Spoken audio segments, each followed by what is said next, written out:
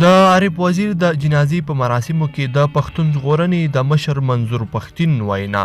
منظورپشتین پاکستان ته څه وویلې؟ پاکستان څنګه د پښتنو په مرګ باندې خوشحالیان لمانځي؟ دا چې پښتون ژغورنې مشر منظورپشتین تازه څه ویلي دي، دلته یې راسره ویډیو کې ټول جزئیات کتلی شئ. خو که تر اوسه پورې مو زموږ چینل نه وي سبسکرایب کړی نو مهرباني وکړئ چینل در سره سبسکرایب کړئ. د نور لیدونکو السلام علیکم. منظورپشتین وایي پښتنو نن له یو پلوه د عارف وزیر وینې پرتې دي، د دغې خاورې د پالونکي وینې پرتې دي، او بل پلو د پنجاب د ګورنر خوشحالي وګورئ چې هغه څنګه زموږ په مرګونو خوشحالیانې لمانځي. دا خلک له ازله تر نن ورځې پورې زموږ دښمن پاتې شوی دی او تر اوسه پورې مو دښمن دی او په یو حالت کې دې هم نه پرېږدي. هغه که ته غلی کښېنې هغه هم دې وژني، که ته مخالفت کوي هم دې وژني، چې جاسوسي ورته کوي هم دې وژني، چې غلامې شي بیا دې هم وژني. پښتنو نور لار درته خوښه کړئ چې د غیرت مرګ مو خوښ دی که د بې غیرتۍ مرګ. نن چې موږ تاسې دلته سره راغونډ شوي یو، یوازې جنازه نه بلکې دا خبره به هم کوو چې د پښتنې خاورې باندې چې کوم جنګونه شروع شوي دي، کوم مرګونه شروع شوي دي، کوم ظلمونه شروع شوي دي، د دغې د پکولو یوه لاره ده، هغه د ستاسو راپاسول دي، هغه ستاسو په مټ کیږي.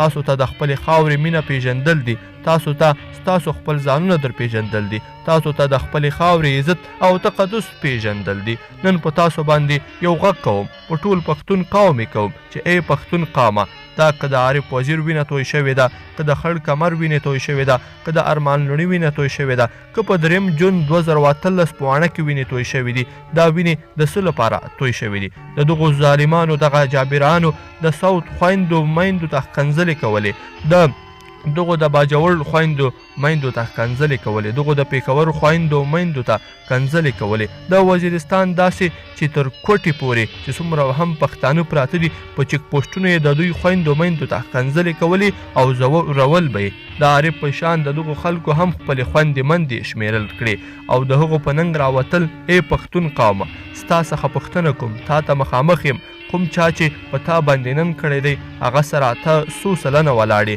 نن پرې کوې که نه؟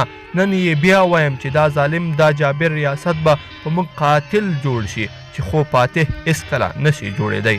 دا دې د ځان سره ولیکي چې نشي پښتونخوا فتح کولی. دلته ډېر زورور راغلي وو، موږ یې کمزوري شمارلو، ځان یې طاقتور شمارلو. نن د وزیرستان په غرونو کې د پاټا او پښتونخوا په غرونو کې دغه کمزوري پښتانه اوسیږي.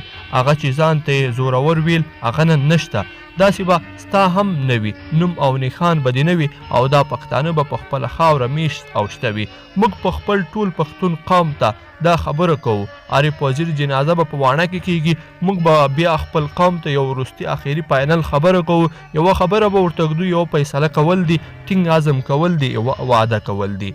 زما سره نه د بل سره نه، د دغې خپلې خاورې سره چې د بېوسۍ مرګونه نور منو که نه یې منو. که نه یې منو بیا هر هغه سړی چې څوک جنګ راوړي یا یې څوک ملګرتیا کوي یا په دې خاوره پرېږدي که نه یې پرېږدي، د دغې لپاره چې قرباني راځي د دغې قربانۍ ته تیار یې که نه یې تیار. چې تیار یې دا تیاري صرف احتیاطي اوازونه دي، دا به دغه خاورې څخه د دوی د شا تګ سبب کیږي. موږ په خپل منځ کې یوه خبره یوه مشوره کوو، بیا به خپل ننګیالي قوم ته لایحه عمل ورکوو. دا قوم بې ننګه نه دی، هسې ظالم او جابر دا سوچ تیر شوی دی.